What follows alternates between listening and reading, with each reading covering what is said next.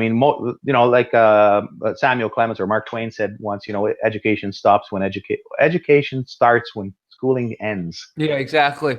And one of the things that also happens to us when we're educated through the system is that we have to deprogram ourselves, because a lot of these intellectuals in the universities and so forth, in all of the schools, they went to school and then they went back to school and that was their career. Yeah, they never experienced the real world ever.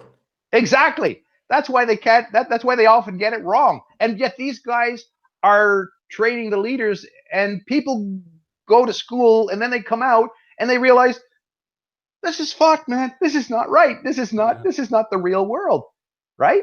This is not what I'm experiencing. You told me that it was like this, this, and this, but it's not. It's like it's like this clicky based,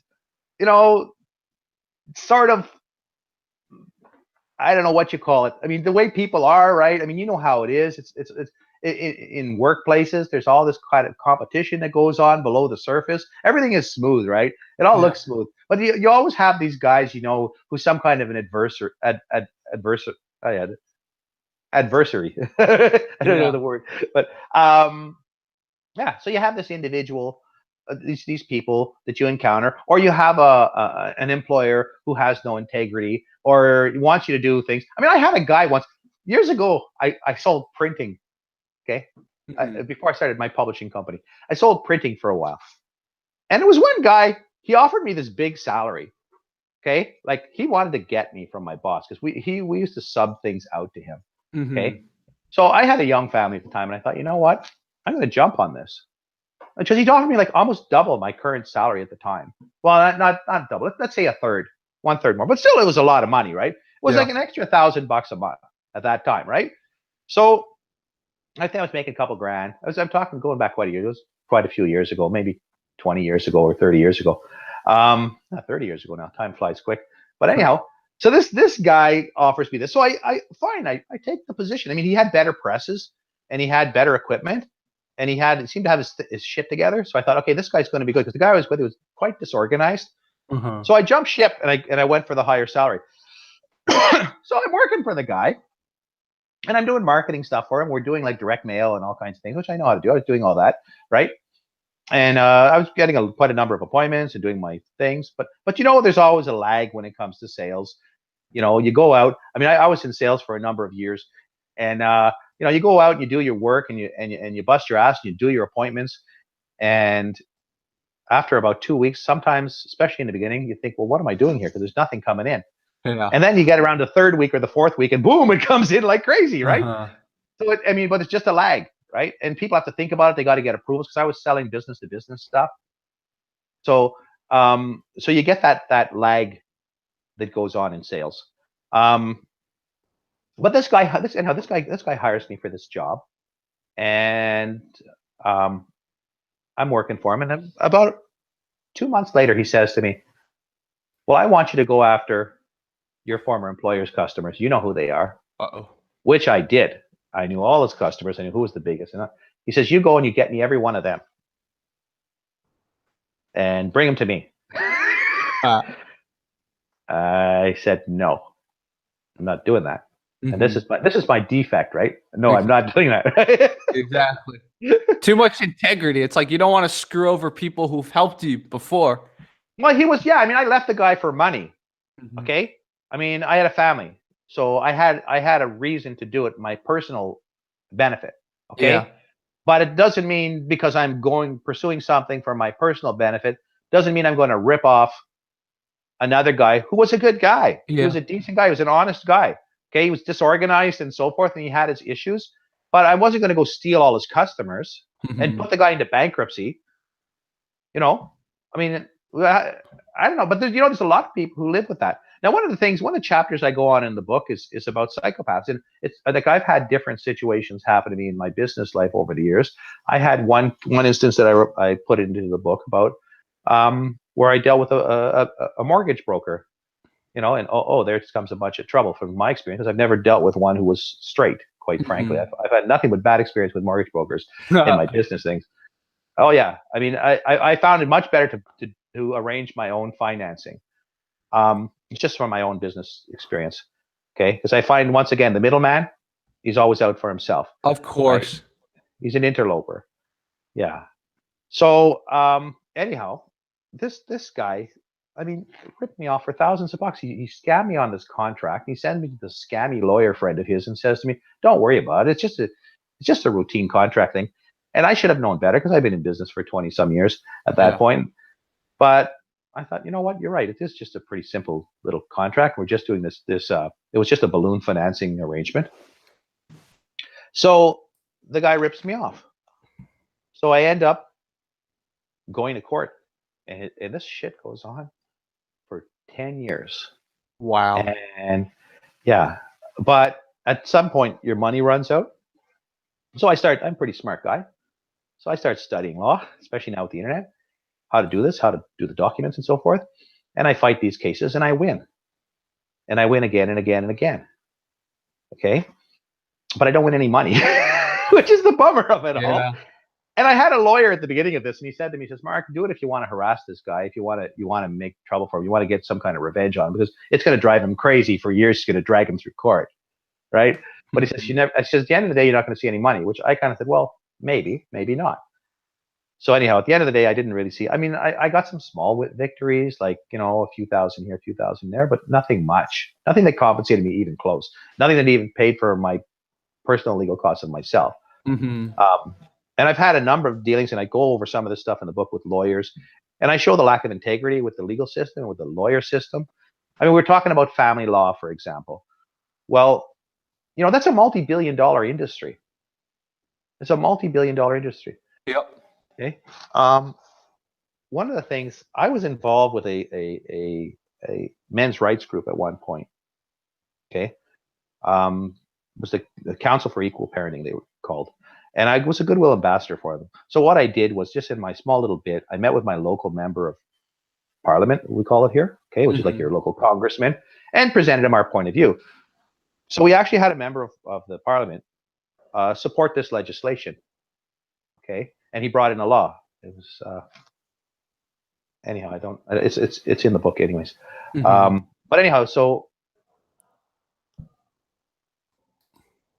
I went and did my presentation to these guys, and then the law actually came before Parliament after there was an election in between, and then the law came back up. It was on a new bill, and then so it was reintroduced, and then all these people who were supposed to be in support of it, they had like a Parliament. The government said that they were going to have a free vote on this issue. They had a free vote on it, and it was actually a law that made men and women on the onset of divorce equal parents. That's it. If you want to take custody away from one or the other, you have to prove that something has been done. Like I said, something criminal, something horrendous, right? Or some kind of abuse or mistreatment. That's where the onus was. Otherwise, the assumption of equality was there. The law got defeated. Man.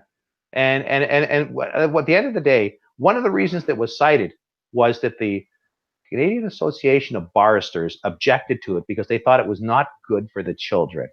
What? Yeah. This association represents the lawyers, the judges, and all the rest. I mean, the fact of the matter is, it's a total conflict of interest.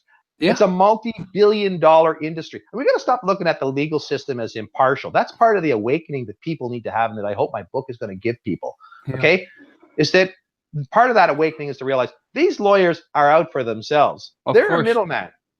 Okay, this whole divorce stuff that goes on, all this monkey business that people have to go through fighting over what's already there. I mean, your kids already belong to you, right? So why are you taking them away? What are you accusing me of? I must have done something bad. Oh, you're a good parent, but we're just going to give it to the mother because this way she gets some money. Well, that's not right.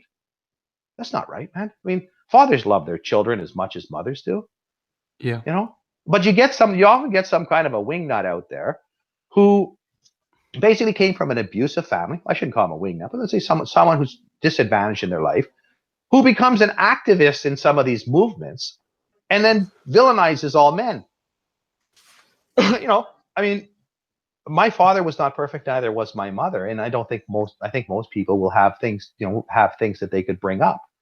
But the thing is, their intentions were there, and their love is there, and their caring for their children is there. Yeah. But I mean, so why do these guys get into this thing with the lawyers? I mean, because they're making a lot of money. They're making a lot of money, and the thing is though, this would, along with political correctness and social Marxism, is essentially destroying society. Western society is on a serious decline here. Yeah. We're going down the tubes fast. Exactly. Okay? I mean, China's one child policy is our one child society here. But China did it for a reason, because they were overpopulated. Here, they just did it because the reality is people can't afford to have kids. Because I meet so many people. I met them, a young couple at a party recently, and they had one child, and I said, "Hey, are you going to have more kids?" "No." I says, "Well, why not?" He says, "We'd love to. We really would love to, but we can't have more kids because we can't afford it. We can't afford it. We can't afford the daycare costs. We both work. It takes 2 salaries to pay for our house, and and we're struggling." I mean, and that is the reality of people, right? Yep. That is the reality. I mean, but so this whole working class thing, and then you listen to the politicians and the elites, and it's like, don't you guys get it? Don't you guys get it that that the people are just like really struggling? A lot of them are hanging on by the tips of their fingers. They're like 1 month away from homelessness. Yeah. I mean, don't they get it? And that's on 2 salaries, right? And you have this inflation in the economy, and wages are not keeping up with it. So they just keep battering them down, battering down the working people. I mean, do the elites just hate the working class who've made their money, who did the work for them that they've benefited from? Do they just hate us so much that they just want to beat the crap out of us? Like, it just seems like that from a working class perspective. So, I mean, you get people who've been going through this, and they've been going through this for a long time. And then the election comes up, and here comes Donald Trump, and he says, "You know what? I understand your problems." But you look at him and go, "Well, this guy's an elitist guy, though. He's a billionaire." And that's what the left gets hooked on. He's a billionaire. But you know what? What Donald Trump did that very few of the others did, he acknowledged their pain. Yeah, exactly. And people recognized that, and he said, "You know what? Yeah, and maybe if you can stop some of the immigration, and maybe if you can stop some of the war stuff, and we can do like the United States was prior to World War II." I mean, the U.S. got into World War II 2 years after the war, right? 2 years after the war had already started. I mean, Canada was in there for 2 years because they were right away, kind of a semi-British colony. Of course. And so they were in there for 2 years before, and then comes in the U.S. with its fresh troops, which was great, and but they stayed out. And why'd they stay out? Because they didn't want to get involved, and it was great, and it was smart, and they probably shouldn't have got involved because the Russians would have done the job anyways. Unfortunately for my German ancestors, but I mean, these guys had to be brought down, But I mean, what we have today is not much better. It's social Marxism, and in some ways, it's even worse because it's killed more people in the long run. And it always starts out as utopia and ends up as repression. It always starts out. I mean, I've read Marx. I've read the Communist Manifesto, and I've read Das Kapital, and I've done it on my own. Wow. And you know what? It sounds nice. It sounds nice, but you know what? It's not reality. It's a fantasy. We've had so many people to try utopias, and what happens is that if I don't like your communist utopia, you end up, putting a gun to my head. Or if I speak out against it and point out its flaws, just like what's happening now, if you point out the flaws with the universities and what's going on with political correctness, right away they want to shoot you down and call you a Nazi and a fascist and a this, that, and the other thing, a racist and whatever. I mean, just labeling you. I mean, the weakest argument is always the one that resorts to insult. That's been my experience.